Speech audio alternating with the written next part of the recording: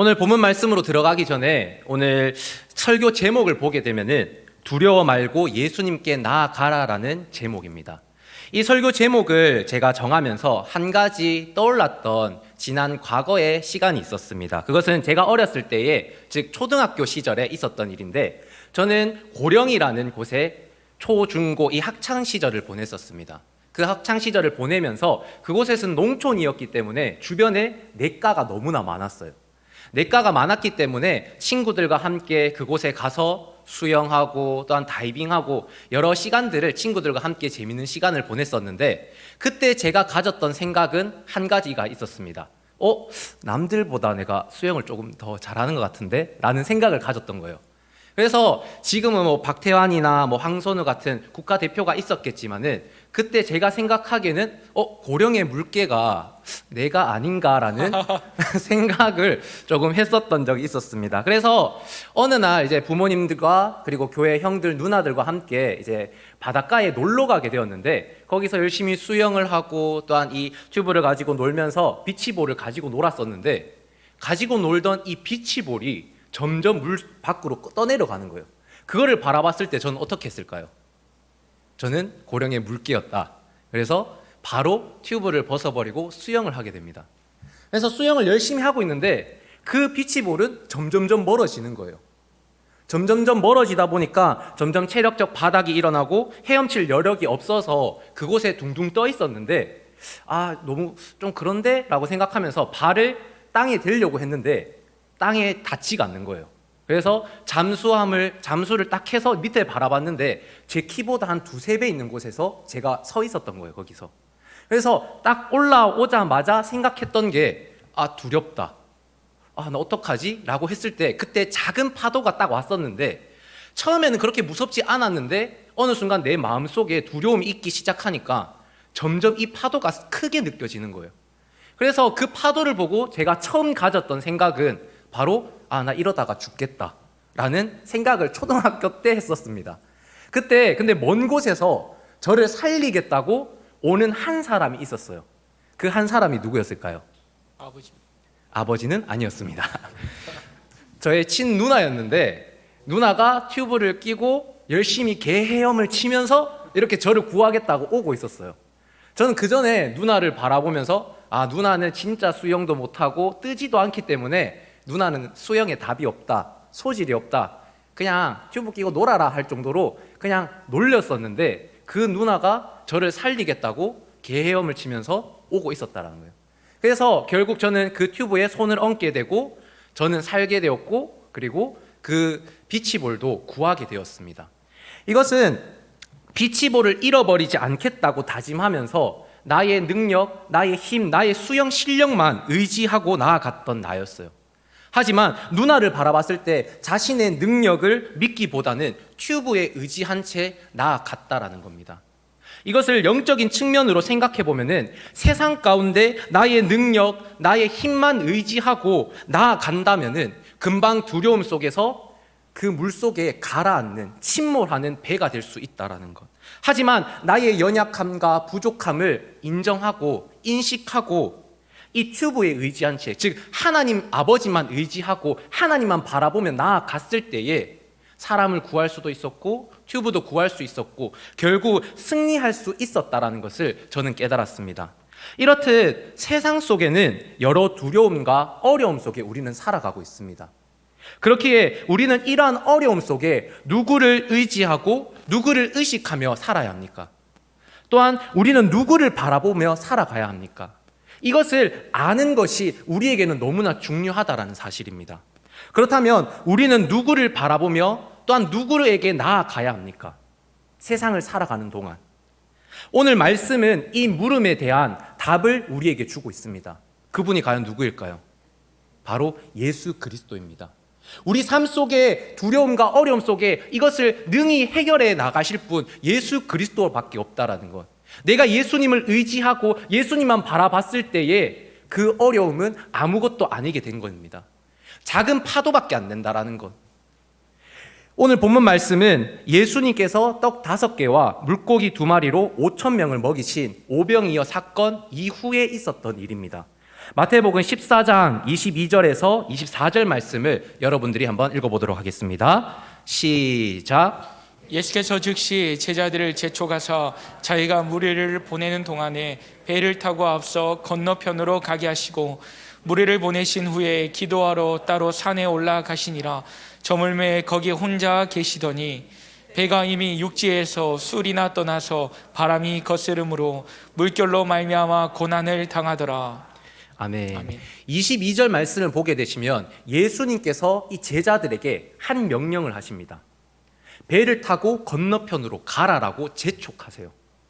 왜 이렇게 재촉하는 것일까요? 그것을 살펴보게 되면은 먼저 예수님이 오병이어 이 떡 5개와 물고기 2마리로 5,000명을 먹이셔서 12바구니나 남기신 이 기적을 통하여서 그것을 바라봤던 이 많은 사람들이, 이 군중들이 예수님을 자신의 왕으로 삼으려고 했기 때문입니다. 영적인 이 하나님의 나라의 왕이 아니라 그냥 세상적인 나라의 왕으로 삼으려고 했기 때문에, 또한 예수님의 입장에서는 다른 사람에게도 그리스도의 사역, 그리스도의 복음을 전해야 되기 때문에, 또한 기도의 자리에 나아가야 했기 때문에 이 제자들을 향하여서 건너편으로 배를 타고 가라라고 말씀하셨습니다. 그런데 여기서 우리가 바라봐야 할 것은 예수님의 말씀을 즉각적으로 순종하여 나아갔던 제자들이었어요. 하나님의 말씀, 예수님의 말씀에 네 주님 알겠습니다, 내가 배를 타고 건너편으로 가겠습니다 라고 순종하며 나아갔던 제자들이었습니다. 근데 그들은 거센 바람과 이 물결로 인해 큰 고난을 받게 되었습니다. 우리는 이거를 볼 때 제자들이 예수님의 말씀에 순종하여 나아갔는데 왜 고난은 당할 것일까? 왜 고난을 당한 것일까? 라고 의문을 가질 수 있어요. 또한 제자들이 충분히 예수님을 향해 불평하고 불만을 가질 수 있다라고 볼 수 있습니다. 오늘날 우리에게도 이러한 일들이 일어나고 있습니다. 정말 교회에 나와서 정말 열심히 내가 기도 생활도 하고 헌신하고 봉사하고 주님을 위해 나아가고 있는데 나의 상황과 환경은 변하지 않고 나의 삶의 이 거센 비바람과 폭우로 인하여서 나는 점점 지쳐만 가고 고통과 절망 속에 살아가고 있는 내 자신을 볼 때 그러한 생각을 가질 수 있어요. 근데 여기서 우리가 중요하게 생각할 것은 삶의 폭풍은 불의한 자들에게 뿐만 아니라 의로운 자들에게도 일어날 수 있다는 것입니다. 내가 주님의 자녀, 하나님의 자녀이기 때문에 이러한 일들은 일어나지 않을 거야가 아니라 나에게도 일어날 수 있다는 사실을 인지해야 된다는 것입니다. 더 나아가 이런 순간 하나님께서 그런 환난을 통해 그 너머에 있는 큰 은혜를 주시려고 계획하시고 또한 예비해 두셨다라는 사실입니다. 여러분들은 이 말씀을 붙잡고 나아가야 돼요. 고난과 환난을 넘어서 하나님께서 큰 은혜를 예비해 두셨기에 우리는 그것을 바라보고 하나님의 축복을 바라보며 나를 다듬어 사용하시는 예수님께 감사하며 나아가야 한다는 것입니다. 아멘. 이것을 알았을 때에 우리는 참된 기쁨과 소망을 가질 수 있습니다. 예수님께서는 이렇게 어렵고 힘든 순간에 환난과 고난을 당한 이 제자들을 향하여 위로하시기 위해서 밤사경에 바다 위를 건너서 오십니다. 이 밤사경은 몇 시부터 몇 시일까요? 밤사경은 새벽 3시부터 6시까지입니다. 6시까지. 바다에 여러분들 가보시면은 제가 군대에서 약간 해안 경계에 있었기 때문에 여름에도 바다가 춥다라는 것을 그때 알았어요. 너무 춥더라고요, 새벽에. 3시에서 6시까지는 너무나 추운 시간이고 또한 이 제자들은 자신이 살기 위해서 자신의 힘으로 모든 것을 다 했던 시기였습니다. 정말 신체적으로 정신적으로 폭풍과 이 모든 비바람을 싸워왔기 때문에 모든 것이 지쳐 있었던 시기였습니다. 하나님의 도움 없이는 살 수 없었던 시기가 바로 밤사경이었다라는 겁니다. 바로 그때 예수님께서 바다 위를 걸어서 오십니다. 제자들에게. 처음 제자들이 예수님을 바라봤을 때 뭐라고 말했습니까? 예수님을 유령이라고 했습니다. 유령. 즉 죽음의 문턱에서 이제 헛것이 보이기 시작했던 거예요. 아, 내가 이제 진짜 죽었구나. 어떻게 바다 위에 사람이 걸어올 수 있을까라고 생각하며 이 제자들은 유령이라고 자포자기한 심정으로 이렇게 생각했던 겁니다.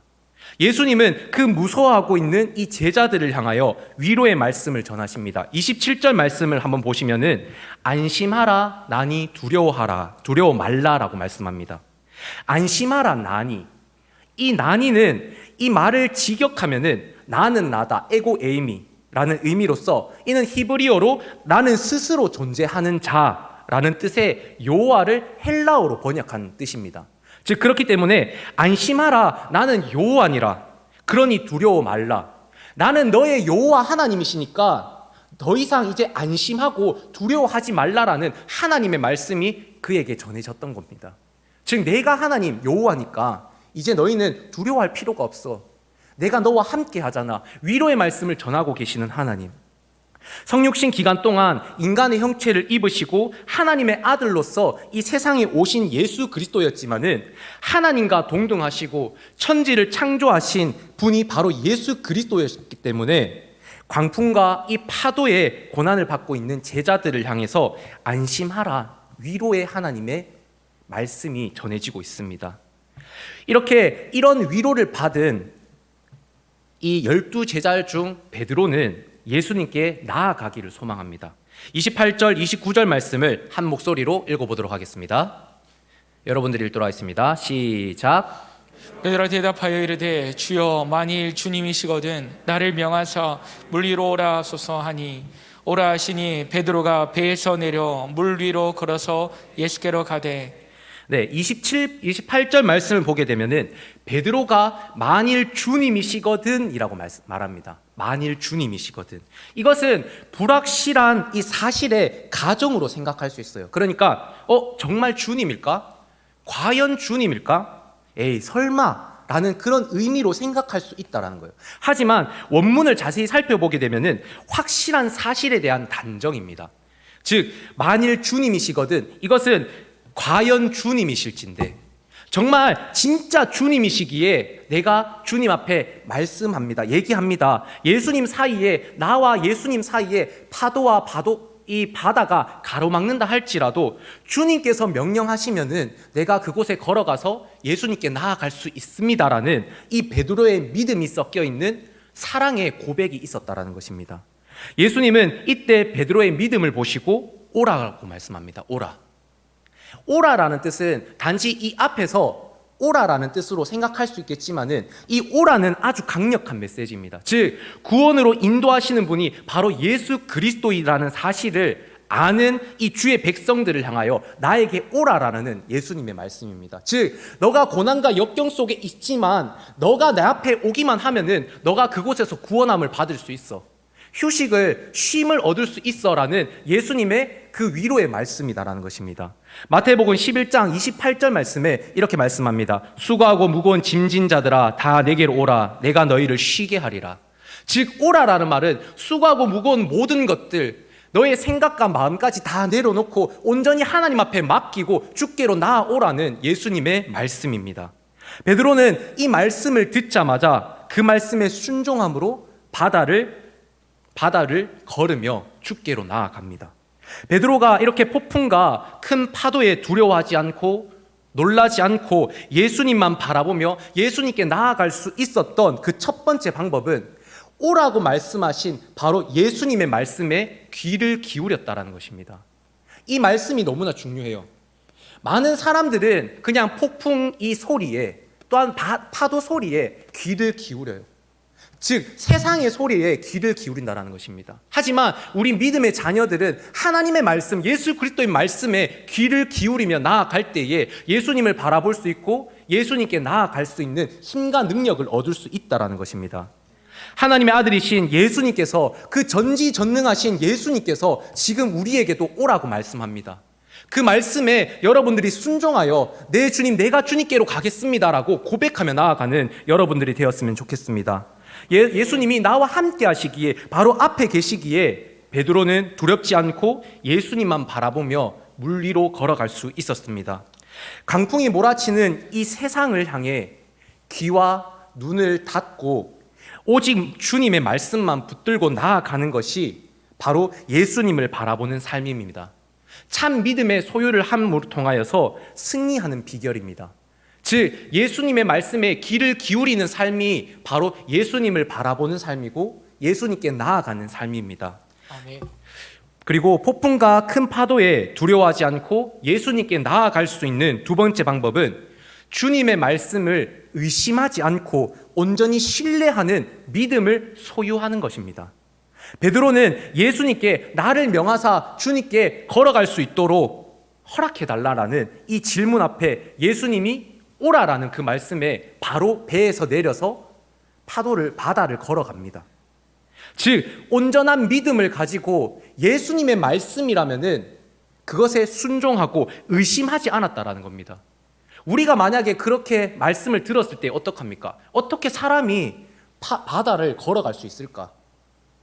말도 안 돼. 그건 과학적으로도 증명이 안 되는 거야. 많은 사람들이 오히려 또 주를 믿는 사람들까지도 그렇게 생각할 거예요. 하지만 베드로는 그 순간 네 알겠습니다 하고 배에서 내려서 바로 주님께로 걸어갔다라는 겁니다. 의심하지 않는 믿음. 주님이 말씀하시면 그것은 진리이기 때문에 내가 어떤 말씀이라도 순종하며 나아가겠다라는 베드로의 믿음이 섞여 있는 행동이었다라는 것입니다. 하지만 베드로는 어느 순간 예수님을 바라봤던 그 눈과 예수님의 말씀에 귀를 기울였던 이 귀는 갑자기 파도를 바라보게 됩니다. 또한 거센 풍랑에 귀를 기울이게 되면서 점점 빠져나가게 됩니다. 빠져들어갑니다. 베드로에게 두려움이 찾아오게 되었고 예수님의 말씀을 붙잡았던 믿음은 사라진 채 베드로는 무서워서 바다에 빠져나가게 되었다라는 것. 이렇듯 의심은 믿음을 흔들리게 합니다. 믿음이 흔들릴 때 예수님을 바라봤던 눈과 하나님의 말씀에 귀를 기울였던 이 귀는 어느 순간 세상을 향하고 있다라는 것입니다. 사랑하는 경산중앙교회 성도 여러분, 우리는 믿음이 작기에 부족하기에 하나님의 말씀에 어쩔 때 의심할 때도 있고 순간순간 조그만 이 고난 속에서도 불평불만하며 살아갈 때가 있습니다. 하지만 예수님만 바라보고 정말 예수님의 말씀을 붙잡고 걸어가고 있을 때는 작은 파도와 큰 파도가 와도 겁이 나지 않아요. 두렵지 않아요. 또한 거센 바람과 작은 비바람이 몰아친다 하더라도 내가 예수님과 함께하고 있기 때문에 그 믿음을 가지고 나아가기 때문에 두려워하지 않습니다. 예수님께서는 이런 우리에게, 늘 넘어지는 우리에게 말씀합니다. 이사야 41장 10절 말씀과 43장 1절 말씀을 우리 함께 읽도록 하겠습니다. 시작. 두려워하지 말라. 내가 너와 함께함이라. 놀라지 말라. 나는 내 하나님이 됨이라. 내가 너를 굳세게 하리라. 참으로 너를 도와주리라. 참으로 나의 의로운 오른손으로 너를 붙들리라. 야곱아, 너를 창조하신 여호와께서 지금 말씀하시느니라. 이스라엘아, 너를 지으신 이가 말씀하시느니라. 너는 두려워하지 말라. 내가 너를 구속하였고 내가 너를 지명하여 불렀나니 너는 내 것이라. 오늘 말씀은 두려워하지 말라, 놀라지 말라, 내가 너의 하나님이다 라고 말씀합니다. 내가 너를 도와줄게, 너를 굳세게 해줄게, 내가 붙들어 줄게 라고 하나님께서 우리에게 말씀하고 계세요. 또한 내가 너를 지명하여 불렀으니까 너는 내 것이다. 너는 내 것이기 때문에 너는 내 편이야. 하나님께서 가로막아 주신다라는 겁니다. 어떤 고난과 환난이 오더라도 예수님께서 성령의 두루마리를 입혀주셔서 우리를 지켜 보호하여 주신다라는 것. 우리는 이 말씀을 붙들고 나아가야 합니다. 어쩔 때는 고난이 있을 수가 있어요. 하지만 그 고난 너머에 있는 하나님의 놀라우신 은혜를 우리가 체험하고 나아갈 때에 그 순간 우리는 하나님 앞에 찬양하게 된다는 겁니다. 우리가 삶을 살아갈 때에 평탄한 길로, 복된 길로, 성공의 길로 걸어가면 좋겠지만은 어쩔 때는 파도가, 작은 파도와 큰 파도가 내게 몰아칠 때도 있고 약한 바람과 거센 바람이 내게 휘몰아칠 때도 있습니다. 하지만 여러분들이 기억해야 할 것은 포기하지 말고 놀라지 말고 예수님만 바라보라는 예수님의 말씀, 하나님의 말씀입니다. 할렐루야. 아멘. 예수님께서는 어떤 일이 닥친다 할지라도 두려워하지 말라고, 내가 너와 함께 한다고 나의 손을 붙잡고 나아가라고 말씀합니다. 하나님을 온전히 의지하고 나아갈 때에 나의 삶의 이 비바람은 그치게 됩니다. 비바람이 그침을 통하여서 이 12제자가 예수님을 바라보면서 예수님은 정말 하나님의 아들, 예수 그리스도이십니다 고백했던 것처럼 우리의 입술 가운데도 주님은 그리스도시요 살아계신 하나님의 아들이시다 고백하게 됩니다. 이런 고백이 여러분의 입술 가운데 흘러넘치기를 간절히 소망합니다. 아멘. 두려워하고 놀라게 하는 것, 그래서 포기하게 만드는 것, 가라앉게 하고 나 주님께 갈 수 없어 라고 하게 하는 것, 마귀의 계략이고 술수입니다. 예수님께서 더 이상 두려워하지 말고 놀라지 말고 내게 오라라고 말씀하셨기에 우리는 십자가의 길, 의의 길, 생명의 길을 묵묵히 걸어가야 합니다. 왜? 하나님의 명령이시기에, 예수 그리스도의 명령이시기에 우리는 아멘, 네 그렇게 하겠습니다라는 순종하는 마음으로 나아가야 한다라는 것. 고난이 찾아오고 두려움이 오더라도 예수님 한 분만 바라보면서 나아갈 때에 내게 두려움과 포기하고 싶은 이 마음은 떠나가게 될 것입니다. 오라라고 말씀하시는 그 예수님이 뚜렷하게 보일 겁니다. 나에게 지금 배 가운데 정말 포기하고 싶은 그 순간 예수님의 오라는 그 음성이 더 뚜렷하게 보이고 또한 그 예수님의 형상이 바로 우리 앞에 보일 것입니다. 이 순간 정말 예수님의 말씀에 우리가 귀를 기울이고 그 말씀에 의심하지 않고 뚜렷하게 신뢰하는 마음으로 믿음을 통해 예수님만 바라보는 승리하는 여러분들 되었으면 간절히 소망합니다.